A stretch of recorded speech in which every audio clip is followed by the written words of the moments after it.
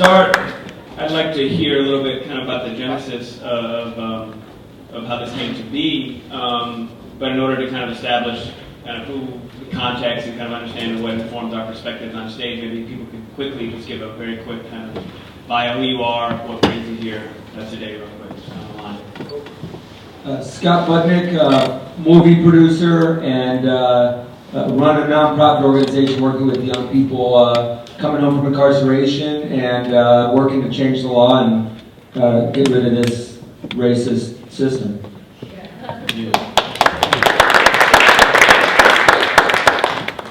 My name is Ken Mendoza. I'm 22 years old, formerly incarcerated since the age of 15 to the age of 20. And I'm an activist, and I'm also a member of the Anti-Recidivism Coalition. I'm Coogler, work as a filmmaker, and I also used to work in juvenile hall in San Francisco for like 5 years, from the age of 21 to 26, before my first film. My father worked at the juvenile hall in San Francisco for like 30 years. He's still here right now. He almost came tonight. We had to put him back on the plane.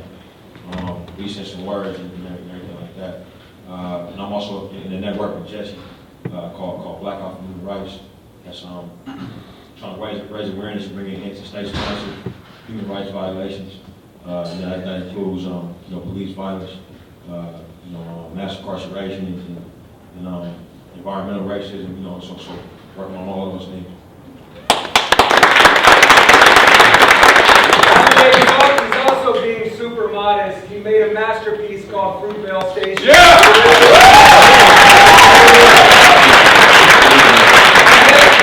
And then followed it up with a huge commercial masterpiece called Creed.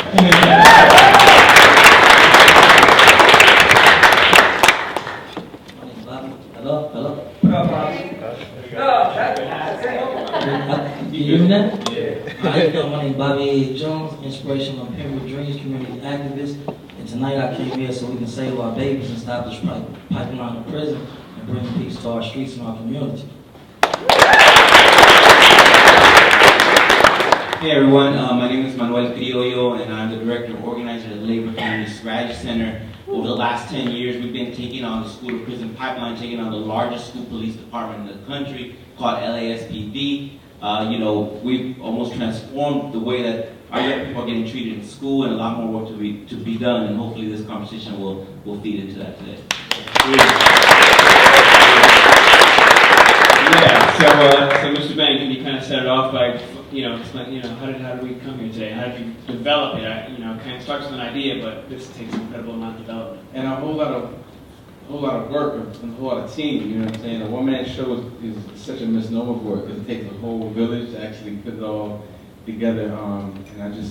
And I actually started as a kid in prisons in New York.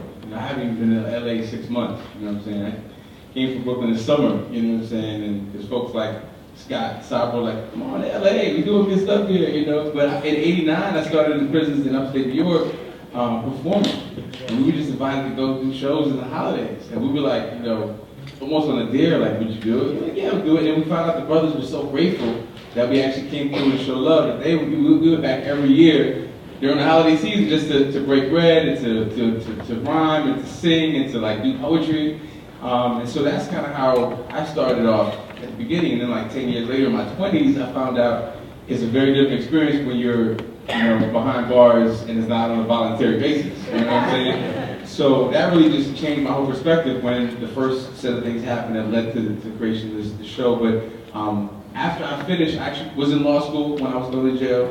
And when I finished, basically, I had a little bit of a media spotlight with 60 Minutes and some of the shine. So I was like, how do I use this in a way that's more than just about, hey, look at me, So I started organizing artists and activists and educators to go into prisons around the country. We reached about 25 states around the country over a 5-year period. Every summer we do the Lyrics on Lockdown tour. The show kind of evolved. So the pieces of the show were performed and workshopped at Rikers Island, at Fulton County Jail, the women in Atlanta, in Cook County Jail in Chicago, at East LA Juvenile Hall in LA. But around the country we would do all these pieces and share work, and that's kind of what the show grew out of. And Then about 5 years ago, I met Gina and Eric Elefante, and they saw the show, and they were like, well, what can we do? How can we be involved? I was like, well, why don't y'all executive produce and help get more eyeballs on what I'm doing so we can actually move the conversation forward.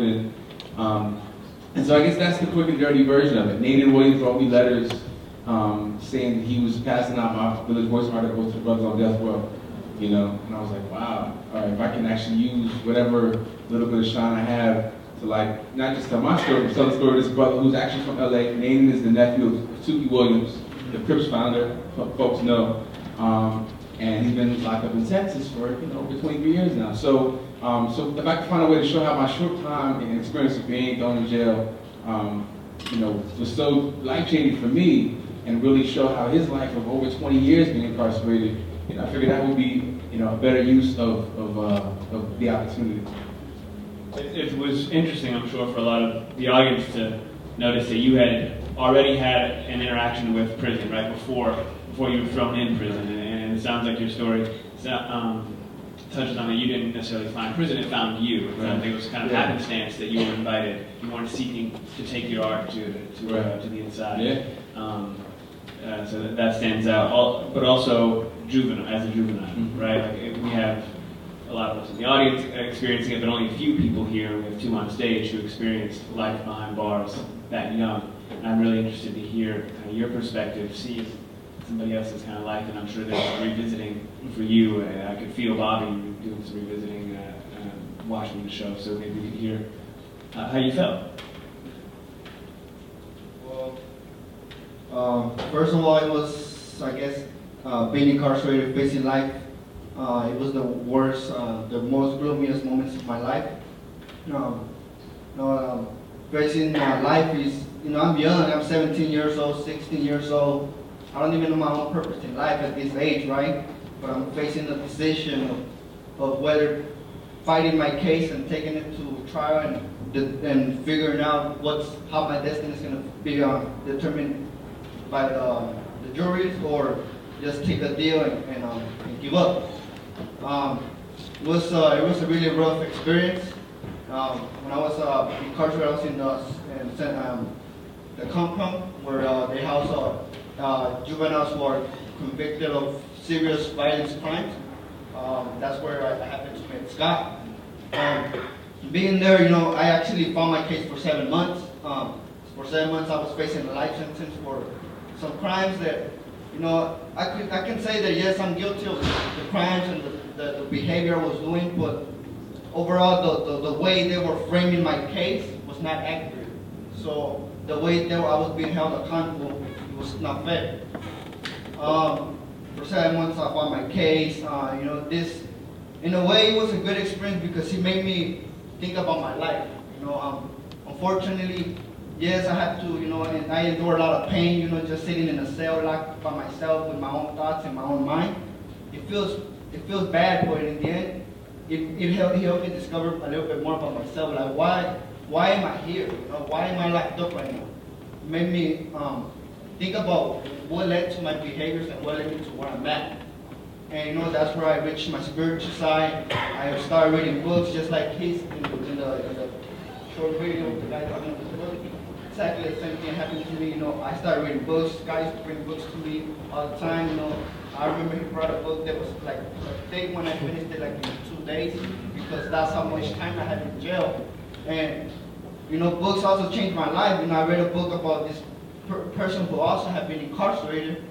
And in the book, just reading about his life, spending 27 years in prison, it made me value the fact that, you know what, yes, I'm in jail, and what can I do? I could sit down and cry and stress it, but that's not going to change it.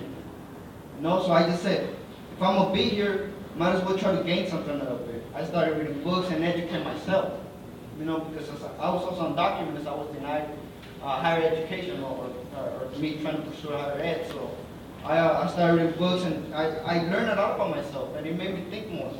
It made me mature. But I mean, yes, it was messed up at moments. You know, sometimes I felt like giving up. In the end, it was like a field trip to me. That's how I looked. The 5 years I spent in jail was like a field trip. I went in to learn something, experience from it, and now I'm back. And now that I'm back, I want to show and use my voice to change the laws and change policies, and change the system.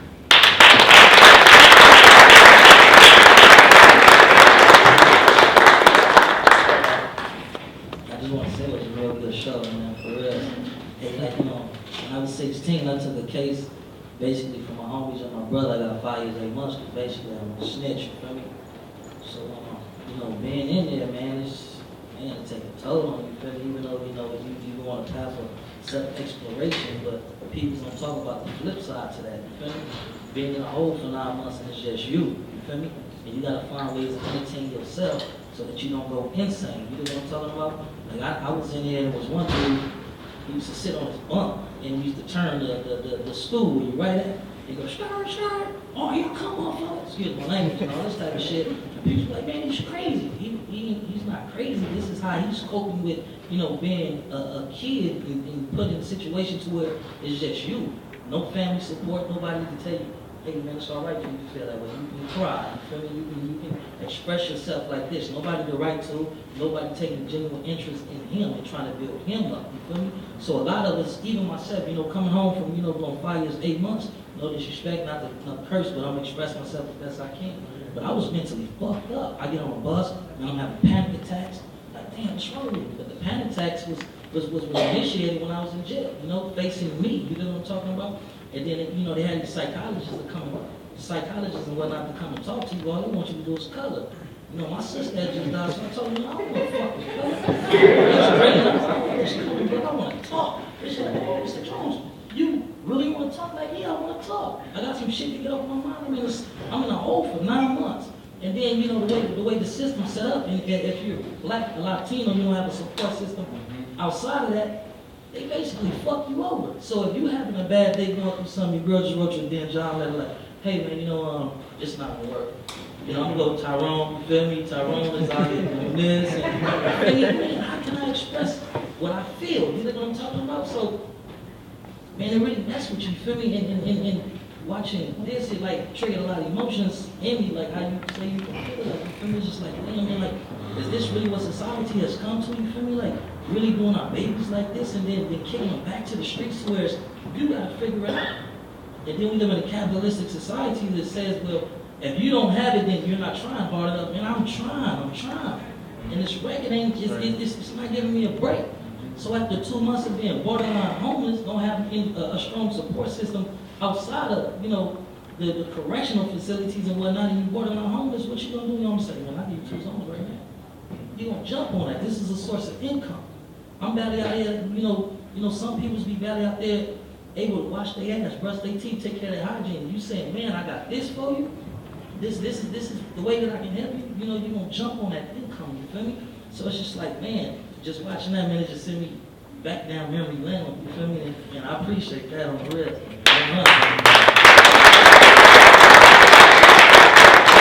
Well, that speaks to the value of, I mean, it is community, the value of being seen. We talk about art and activism intersecting, and it is creating, which is what Bryonn did, or using a platform that you already have to give voice, and it makes a world of difference. You know, you spoke about the one book that you mentioned was the one that spoke to you because somebody had been incarcerated for 24, 27 years. It was something that related. You were not the only one. It gives you a sense of fellowship, whether you even know or meet that person.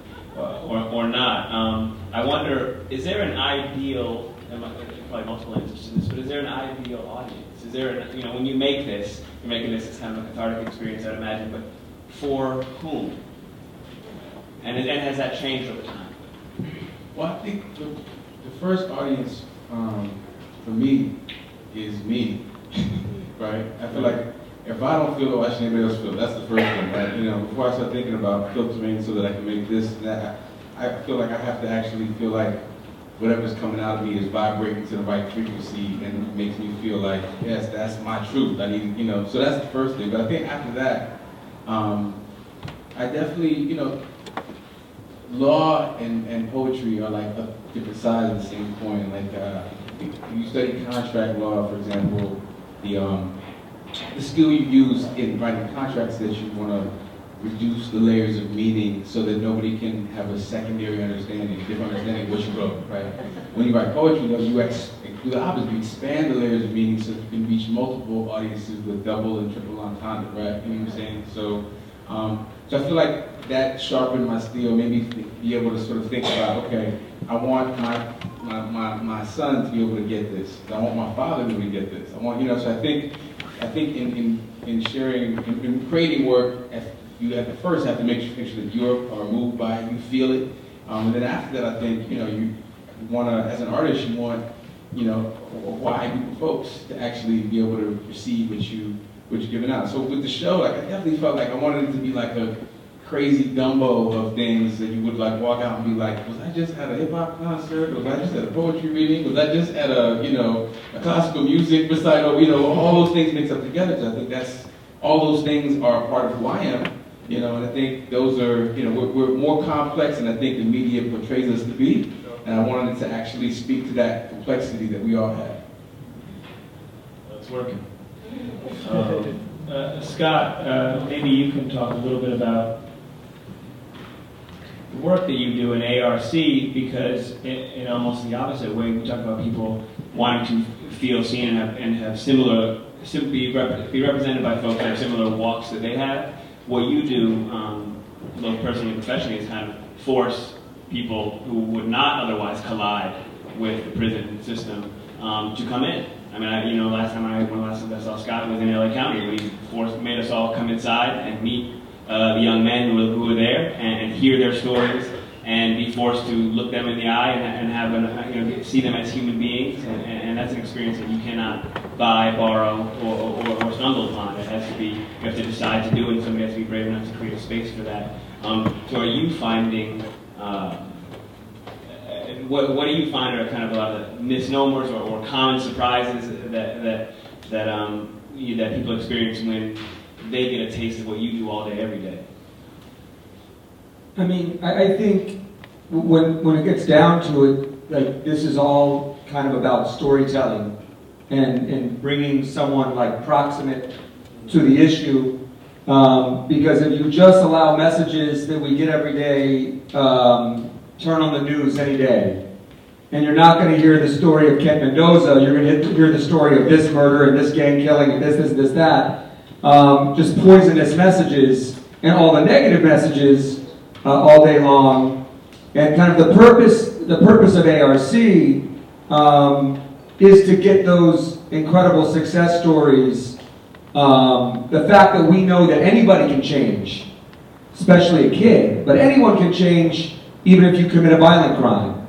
I've seen thousands of people who committed serious crimes become different people 10 years later, 15 years later. Who they were at 15 years old definitely isn't who they are at 25, it definitely isn't who they are at 30, and so on. But if you look at, we just did polling for this ballot measure that the governor just introduced last week.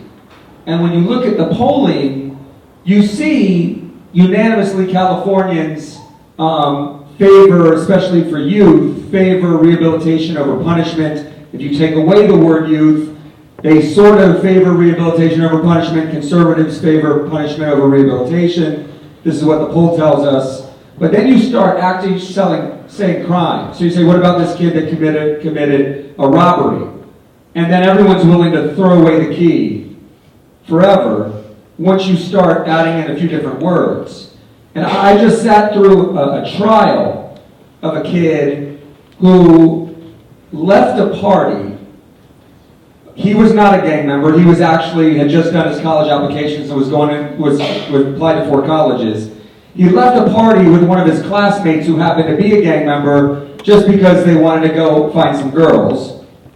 And they run into a gang enemy, and his buddy, without him knowing, is packing a gun and shoots and kills the rival gang member. This kid, David, there's 3 witnesses that were with the victim, and all 3 witnesses said he threw his hands in the air, took 3 steps back, and said, "Whoa." That he was on trial for aiding and abetting a murder, and all 3 witnesses, the only 3 witnesses, said he took 3 steps back and said, "Whoa." But then I watched the prosecutor use the word gang all the time. And I saw this jury start to get scared. Didn't matter that David wasn't in a gang, never was in a gang, but if you could use the word gang all the time, you see them get scared. And then the verdict comes, and I sat through the whole trial. This is it. 3 steps back, whoa, that's the case. And he's now going to prison for 50 years to life. So what does it tell you about what we need to do in terms of changing people's hearts and minds? We just passed a bill that gives juveniles who go into the adult prison system the chance to come home. So they were sentenced, children, sentenced to life in prison, hundreds of years, and now Governor Brown signed this bill and gives them the chance to come home. But we were in Sacramento, and I was watching Democrats from Long Beach vote against the bill. And then when I talked to this Democrat, I said, why would you vote against it? We had 6 Republicans vote for the bill. He looked at me and he said, my constituents just aren't there. They're just not there. I could show him the polling now and show him that he was 100% wrong. But this is just the point of what we need to do in terms of the stories we're telling. Which is why I love B, my boy Bryonn here, because if we look at this crowd here, I'll put some people on blast real quick. ARC members or non-ARC members, if you spent a day locked up, raise your hand. All right, so we have 20, 30 people in the crowd, everyone is 1. And then I go see Ryan's movie, and we all saw Fruitvale, and know what a masterpiece is, and you know the people that see that movie that don't grow up in that neighborhood now understand it better. Now they're a better juror. Now they're a better voter. And then you go and see Creed. And brilliantly, the movie opens in a juvenile hall. And we see our hero in the movie in a juvenile hall. And at the end of the movie, he's the hero. The whole movie's about him. So you've seen where he started out. You saw him humanize this juvenile prisoner who becomes the hero of the movie. Just that alone to me is how we need to start changing the narrative out there. And if you guys after this show talk to Kent, talk to any of the ARC members or those who spent time inside, you'll realize the incredible potential. Now the question is, how do we get those stories out there in a much larger way? And you can believe that at ARC, we're going to be working very hard with the governor on this ballot measure. This year, we're going to continue to get stories out there. I'm going to continue to get film out there and figure out how we can get more money to tell these types of stories. But that's what we're up to. So I thank you guys for being here and supporting Bryonn and this incredible work.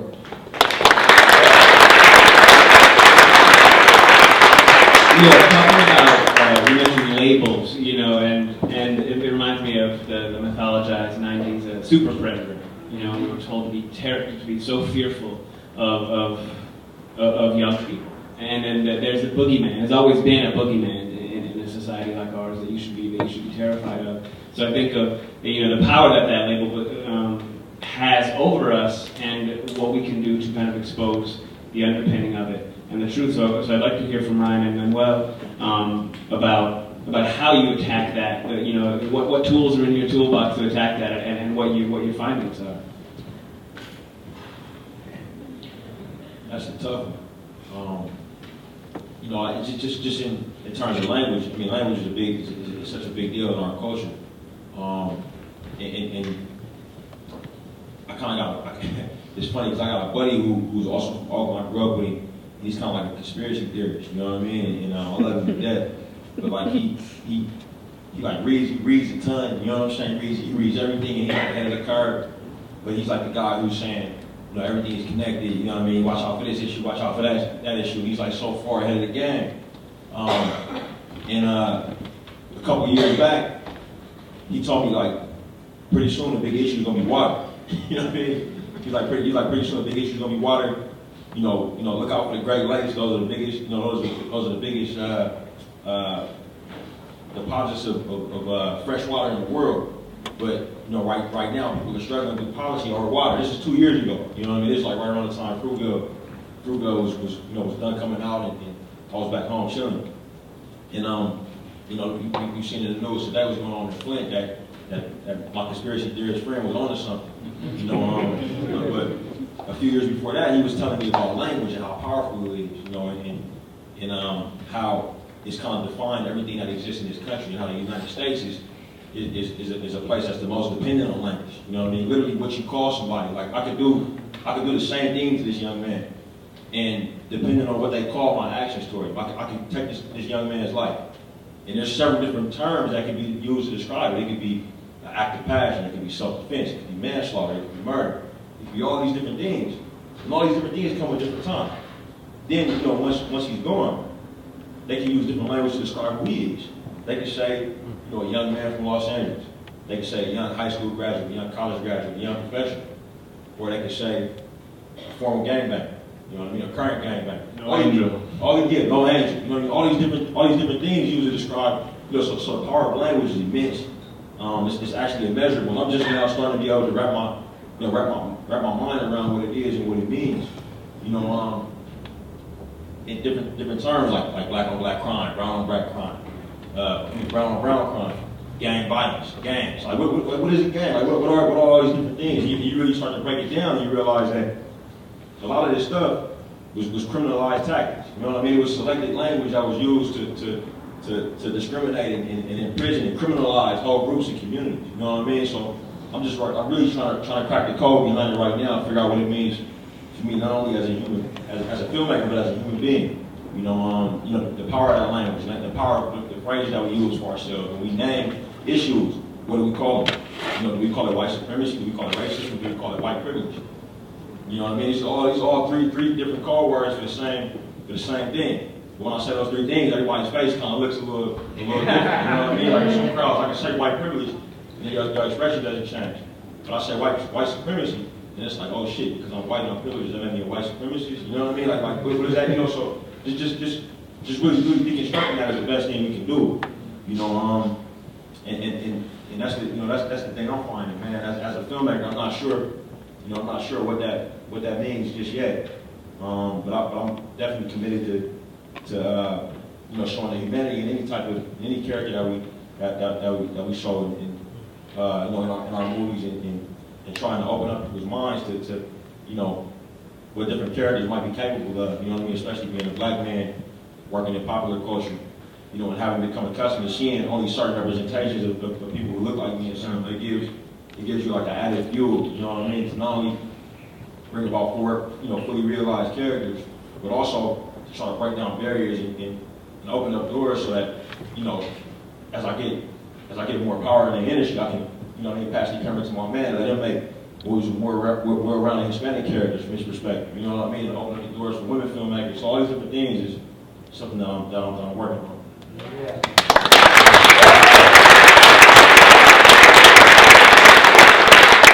You know, I think the first thing that we have to ask ourselves is, are black and brown people truly free in this country? Right? If you look at that, you know, I saw the stat that you had, you know, that 7 million people are associated through parole probation. You add the 2.5 that are incarcerated. 30 million people are jailed every year in this country. When you look at it, you're probably thinking, and then you know that about 1.5 to about 2 million people who have families who are incarcerated. We're looking at, you know, now almost 42 million people. That's bigger than most countries. And so I think that the first thing we have to assume that a country that was built out of manifest destiny is also manifest design of what we have right now. What I say manifest design because we've been organizing young people around in schools at LAUSD, the second largest school district in this country, that has decided that every school is going to have 2 police officers, yet our schools don't even have a nurse. You know, the nurse comes on Wednesday, so you got to make sure that you get sick on Wednesday because they want to pay that cop over a nurse. You have a school district that pays $60 million to maintain police in our schools. Now, if we don't think that we are truly free, that it's okay to basically decide that you're going to police children that are 92% children of color, and that it's decided that that's okay, right? We fought a fight where LASPD, LAPD was basically ticketing young people as they were walking into school. So, you know, just like the South basically was outlawing the right for black slaves to learn. That's in essence what we were doing. We were basically criminalizing the act of walking into school. Then once you walk into school, you have police that are patrolling you with their guns on, right? Imagine the form of policing that our people are already facing. They're already, the moment they walk out of their house, they got police. The moment they walk into a train or a bus, they got LA sheriffs. The moment they walk into schools, one of the first people they see is a school police. In their schools themselves, now you got a probation officer.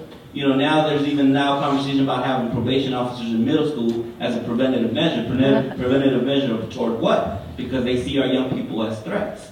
And lastly now, we have now what the struggle that we've been having now has been beyond the criminalization, is that we found out the LASPD, the LA School Police Department, had a grenade launcher,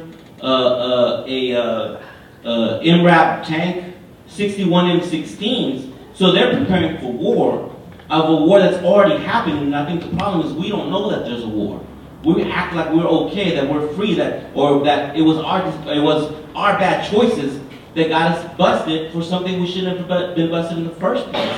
So, you know, I think one of the primary things that we've been doing is trying to organize young people to understand that there is a war, right? Yeah. And what side are you going to do in that war? Some of us are being incarcerated, some of us are being ticketed, some people are being criminalized, but the vast majority of us are not. But it doesn't matter. It's still plain that it's a war against a whole people. And we have to understand that. And we can't be neutral in that war. Now, the good thing is we're making some massive changes, right?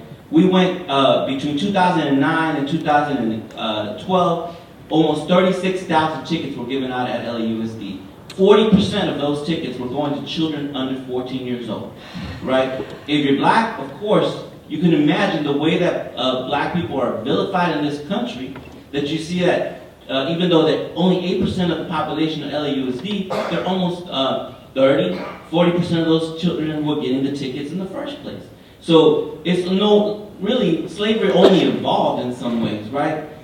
It's better to say that we have slavery of the state. We no longer have a slavery of, you know, a property owner, but we have a slavery of the state deciding who's going to be a slave. And I think that ultimately, now we have to decide which side are we on in this war, and I think that's what we're all trying to, I think, figure out. And I really appreciate the art piece that you make, because I think it's going to reach more people to understand that there is this war.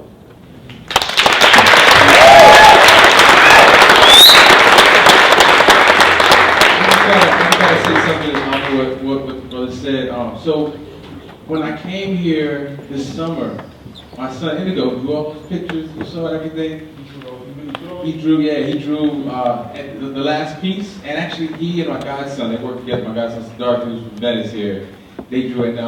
We put together a children's book, which is, if you come back to the show next week, we'll have the children's book back from the release party here. So from all the pictures and that poem that the show closed with. But when he came in the summer, I gotta just call the name out. I took him to University High School. Everybody was like, this is a good high school. You know, they have good robotics programs. They got good science programs. They got all this stuff. The second day at University High School, he comes home. First day, he was like, yo, Dad, these kids are big. They're like, man, I can't go to school. I was like, nah, you'll be fine. You'll be good. The second day, he comes home. He says, yo, Dad, the teacher said, don't be late for school. Don't miss school, because if you're late too much, if you miss too much, the police will come to your house and they will take you to juvenile hall. I was like, your second day of the summer bridge program for 8th graders going to 9th grade, that's what they told you?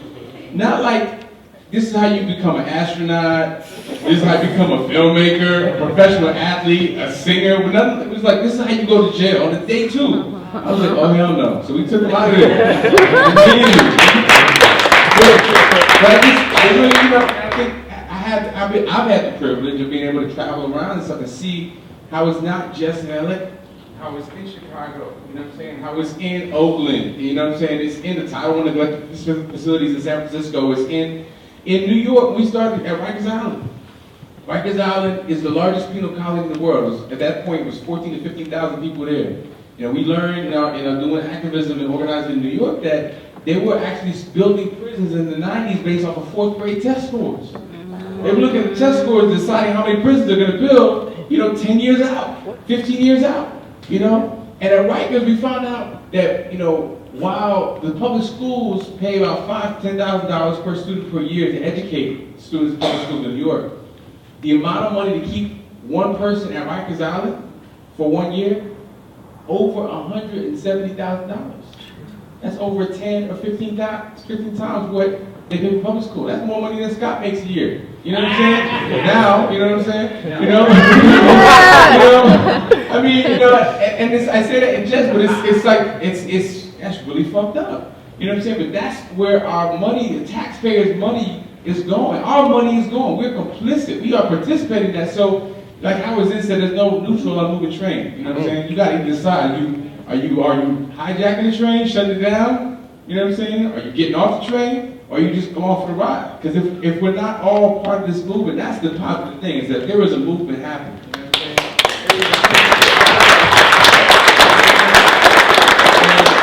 You know, like I'm on, this stage has some of the most influential activists and artists in the country, you know what I'm saying, in the world, right here, on this stage, you know what I'm saying? So I think Mr. Belmonte always says, you know, when you do your art, especially theater, it's so interactive, it's live, it's in the moment. The thing to do is not just go leave everybody, go sip your latte and be like, oh, what a great show. The thing to do is just use the energy we have and say, okay, how can each person leave with an assignment? You got that from Ruby B, you know. How do you leave the room with an assignment? So everybody should be asking, what is my assignment? How do I leave with something that I'm gonna do? How do I get involved with ARC? How do I get involved with IOW? How do I get involved with Actors Gang? You know what I'm saying? The people who are doing this work on the ground, you know, how can I use, and not everybody's gonna storm the barricade or be, you know, the activist who organizes everybody or the filmmaker who, like, you know, breaks all records, you know what I'm saying? But everybody can play a role, you know what I'm saying? There's a part for everybody to play. We gotta figure out what it is. If you don't know, you gotta ask somebody, you gotta talk to somebody, figure out what they're doing. And I think that's the thing we can do in this space, in this time right now. We have this energy and this community gathered together. Yep.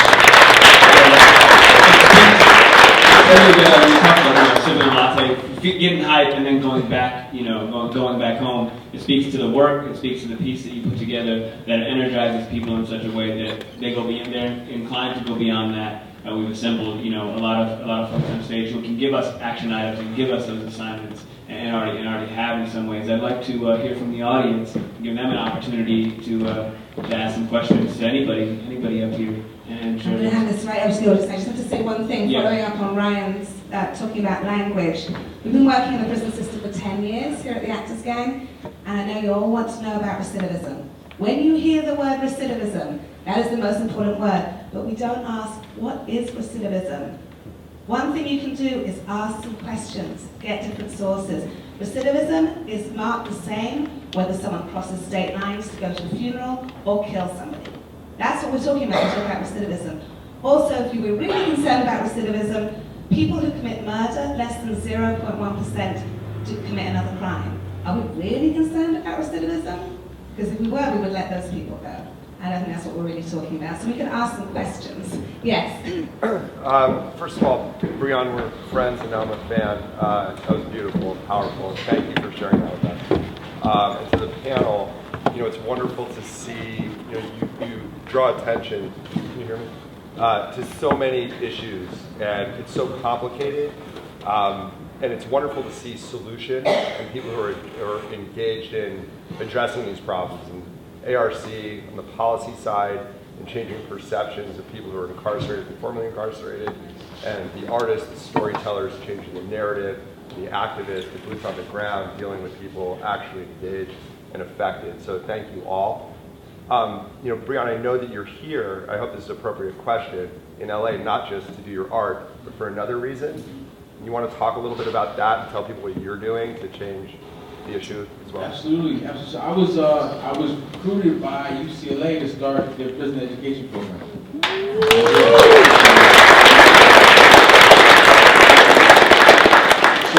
So I started programs that take college students and professors into prisons in New York, at Columbia, at NYU, at the New School, at Long Island University in Brooklyn, and then a couple of folks who've been doing great work here. You know, for some reason I've been in LA like the last 5 years for my birthday. Just happened to be different work brought me out here, and I was asked to come out here, and it's crazy, but Tim and Sabra brought me in for an active gang workshop this summer in CIW, California Institute for Women.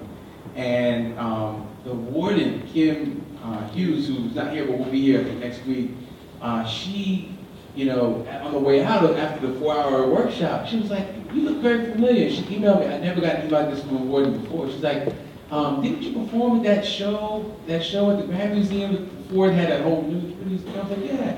She wrote me back. She's like, "OMG, I want to scream. It was a great show. How do we work here?" I was like, "That's funny because I'm here to start a program. We don't have a prison I'm going to work with yet." She was like, "Well, you got to start here." So we've started developing. We're doing a book drive right now. We'll start our first pilot course in the spring. Another professor, Kelly Lionel Hernandez, I think is here somewhere, who I'm trying to rope into co-teaching with me. Brilliant historian at UCLA. And so we're developing this program because a lot of folks don't know 20 years ago, Clinton cut all federal Pell Grants, all funding for prisons. You know what I'm saying? Like less than 1% of the total budget, but we're trying to bring that back, trying to bring those opportunities back. Basically, it's been folks like Scott and folks like Cyber who've been doing this work in the facilities, folks like IW who's been in the facilities, but we're trying to actually get the largest UC here, largest UC in the system. This is the college that gets more applications than any other college in the world, UCLA, to actually set an example and to actually return the opportunity for folks to pursue higher education while they're incarcerated. So that's the big thing that I'm here doing in addition to all of this. So, yeah.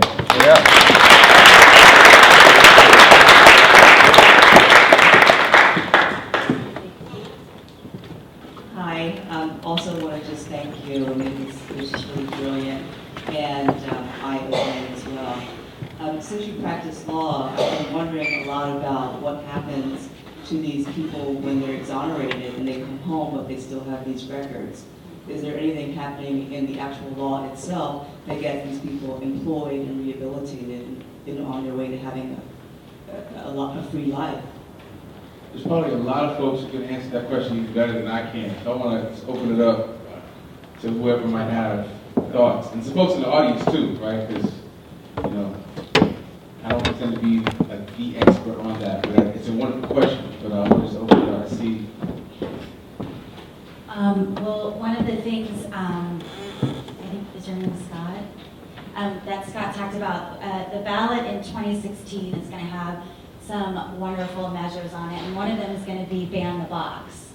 And that's, you know, you talk about being able to get a job, because a lot of times you have this record, you can't get a job, so this would go a long way in supporting that, and ban the boxes where you don't have to check that box when you apply for a job, you know, that you've been convicted of a felon. So that's one of the things, and it's really important, you know, to take the time to learn about, you know, what is on our ballots and research them and vote for them, because also a lot of times they can be written in a deceptive manner. So that's definitely one part of that. But one of the things that I wanted to ask you guys, and the gentleman who spoke earlier pointed out, there's so many pieces to this, but that also creates so many opportunities to bring forth solutions in various ways, from theater to music to policy and taking people on tours and prisons and so forth.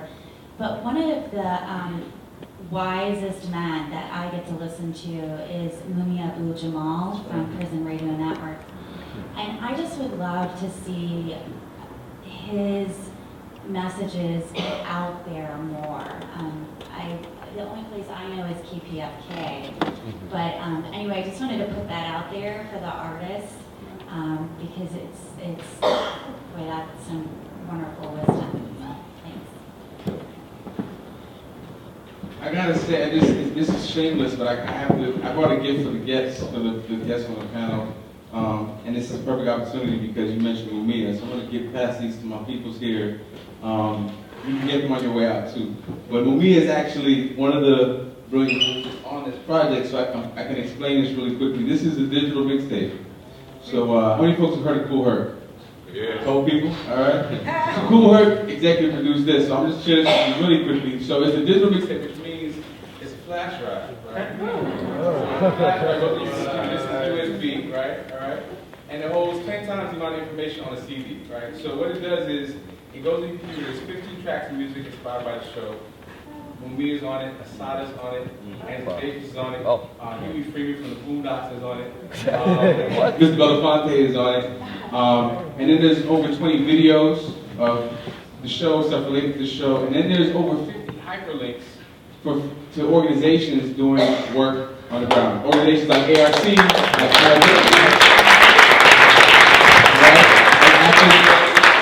and I just gotta say that I developed this with the help of ARC, with the help of IW, with the help of Center for Leadership in Brooklyn, formerly incarcerated professional organization. And the idea was to actually create something that's like a prototype so that if you come home, if you have access to a computer, you plug it in, and there's like over 50 organizations you can get plugged into to help you figure out how to get your life on track and whatnot. But ultimately, I want it to be an app, so you can download the app and actually within a 5 to 10 mile radius know exactly how to get a hold of the ARCs and the IOWs and active gang in your neighborhood, so you can figure out how to get things going. The other thing I want to say is that I recently met with the LA Chamber of Commerce and with the LA Mayor's Office of Reentry, and they've been talking about.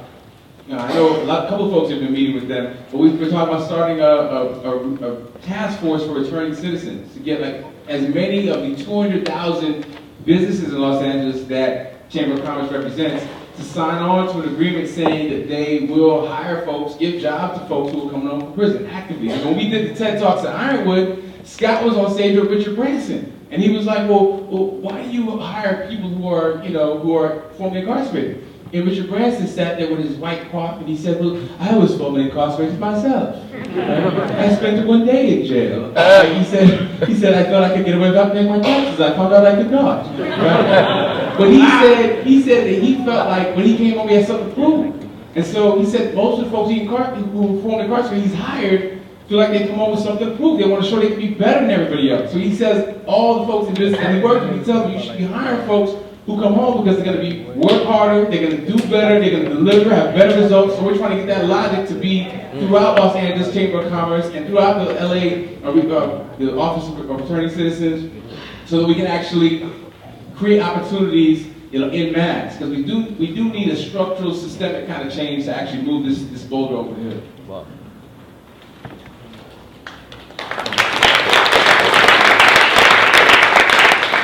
Thank you so much for your time, and I absolutely enjoyed the play tonight.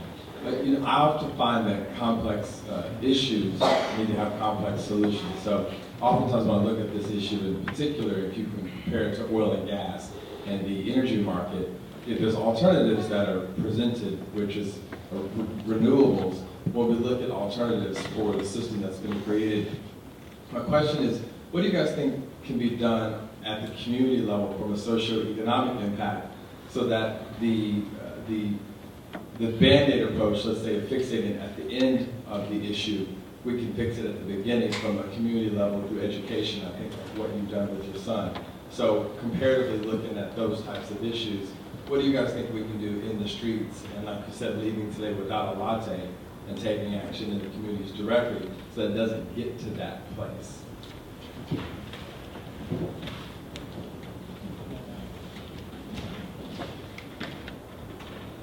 Well, I think the first thing again is how we're prioritizing even funds, right? Here in Los Angeles, almost 40% of it goes to LAPD, right? I mean, so off the bat, when we're talking about what is really left, it's really very little. You have almost $1 billion for LAPD, but even the program, the GRID program, which I have my own concerns about because it's connected to suppression. It's only $24 million, even though that's supposed to be the alternative. So I think the first question for us is about what are we prioritizing, right? I think it's very known that in some of these high forms of incarceration for youth, it costs almost $60,000 to incarcerate them. But here in the state of California, we're only spending about $10,000 to educate a young person. So imagine we begin to flip that. Or imagine again, here in Los Angeles, again, in Los Angeles, it's both a place of challenge and a place of hope, right? At LAUSD, we were suspending almost 75,000 people, young students from schools. That has dramatically dropped over the last 10 years. we've now put about $7 million in restorative justice practices inside the schools. That means that we have restorative practice rather than suspending young people, rather than arresting them, rather than ticketing them in school. We're providing them, a different alternative. But again, mind you, that's $7 million compared to $60 million goes to LA School Police. So I think, a massive question is about how much are we willing to challenge the priorities already set. And unfortunately, I think that's where, not a lot of people are doing, right? I think a lot of people we're sort of moving toward on the margins rather than addressing the sort of the core of the problem.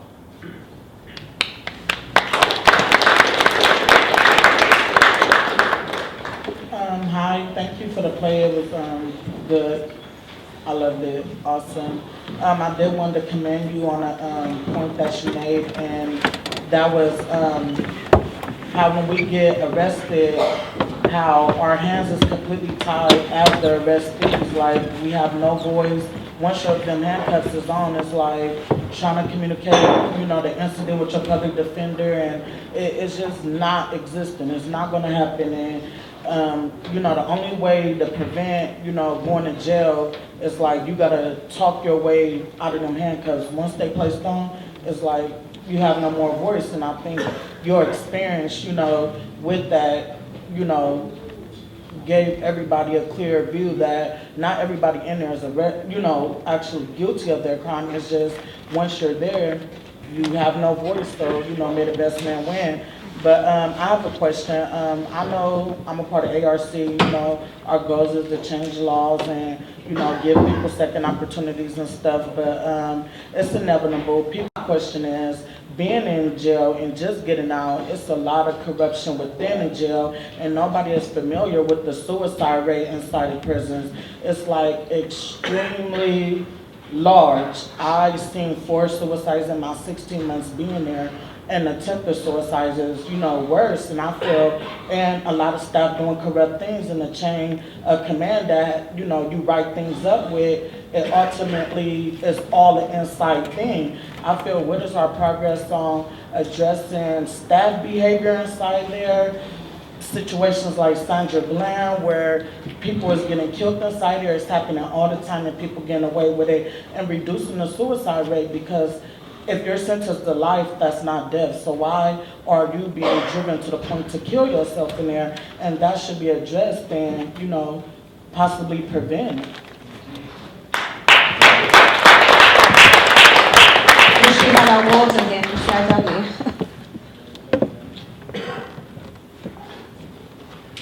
I mean, it definitely is an issue how the transparency of what's going on behind, in terms of prisons aren't the most welcoming to volunteers, to citizens. They make it very difficult to get in, very easy to get out if you're a volunteer, and they make it complicated so you don't want to come back. I think there's been a couple steps in the right direction, but not always at the inclination of the system. As you know, in Pelican Bay, men were kept in solitary confinement for some as far as many as 40 years. So in Northern California, we're keeping people up to 40 years, and they had not touched a human being in 40 years, meaning 23 hours a day in a cell by themselves, 1 hour a day in a concrete box where they can't see the sky, can't see birds, can't see anything. And due to hunger strikes, non-violent hunger strikes, that the inmates chose to lead, they were able to undo a policy that the Department of Corrections had put in place for 40 years. And through this nonviolent hunger strike, they ended indeterminate confinement in the SHU. So these men who had spent 30, 40 years in the SHU are now out. It was interesting, I was just up at Pelican Bay a few weeks ago, and I saw a 61-year-old man who had been there for 30 years and qualified for the bill, that he now has the chance to come home at 61 years old. He committed his crime at 15. So he'd been in the system much longer, but he'd been in solitary confinement for 30 years. And I was talking to him on the other side of the cage, and when I told him that he qualifies for this bill and he now goes to the parole board next year, the 61-year-old man who is labeled the worst of the worst started weeping. So the worst of the worst is weeping. And he said, I have not had one hopeful day in 4 decades, and today's the most hopeful day of my life. And then he stuck his little pinky finger through the cage. We touched pinky fingers, and he says, you're the first person I touched in 30 years. Now, the coolest part is this week I was at Kern Valley State Prison, and from that Pelican Bay trip to now, he was now out for his first time in 30 years in the sun, walking the yard, preparing for his parole hearing. But it took two things. It took the inmates to do the hunger strike, and then it took one inmate to sue the system. And the judge looked like he was going to rule in the favor, and they settled it. So all 1,100 men who are currently in the SHU are now all going to be out by the end of this year. Progress. But it definitely takes a fight. This is going to be the last question. I have a question for Scott and Manuel. Do you think policy change is a frontier to end mass incarceration?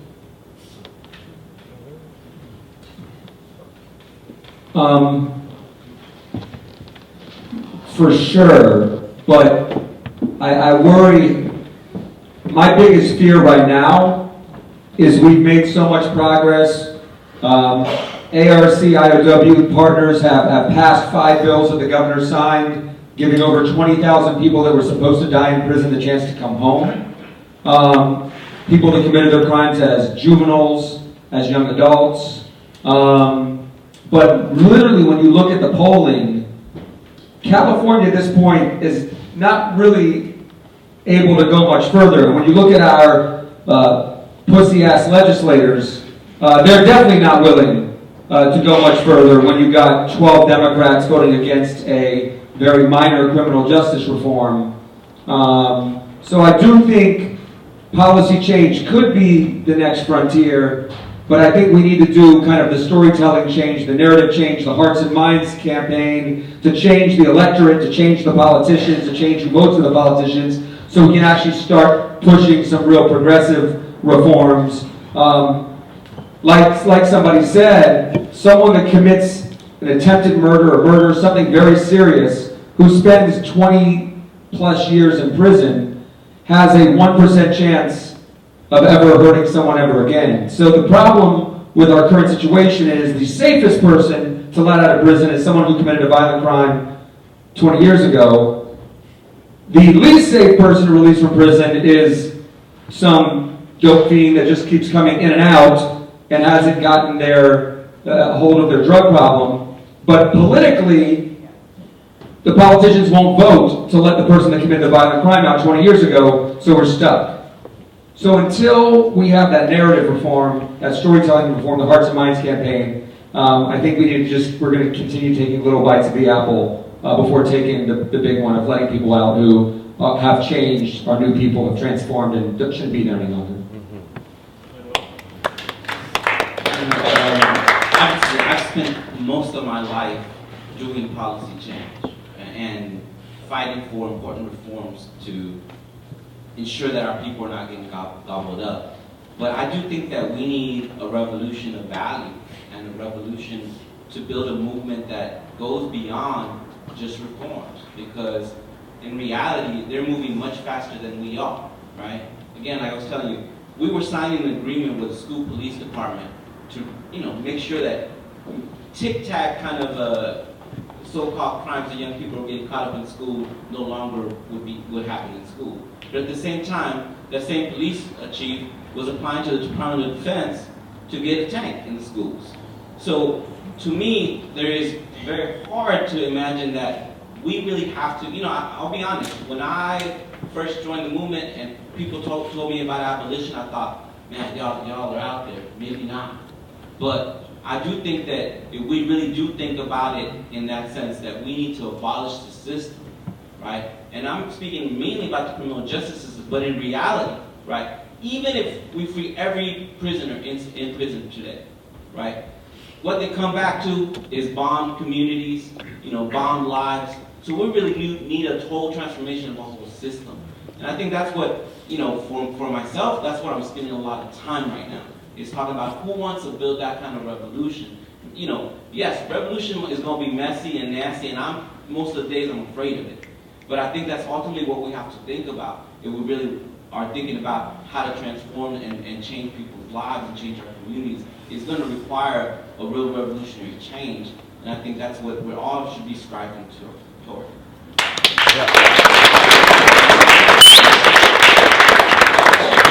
Talked a lot about labels. It all comes back to that. I want to, you know, we're going late here, so I want to wrap up and thank everyone for being on the panel, everyone for coming out tonight. Please spread the word. Please spread it aggressively. I want to thank Bryonn for shining a light and sharing the message. People that it can happen to you, but we know how many more millions of folks that can happen to. And thanks for everybody else being on this panel for being there to catch us when we get tapped, when we get intrigued by his story. You're here to inform us as to what to actually do with that energy, what to actually do with that information. So thank you, Ryan, thank you, Kent, thank you, Scott, thank you, Bryonn, thank you, Bobby, and thank you, Manuel, thank you, Sabra, thank you, the Actors Gang, and Sankofa, and all of you guys for being here. Blessings, good night.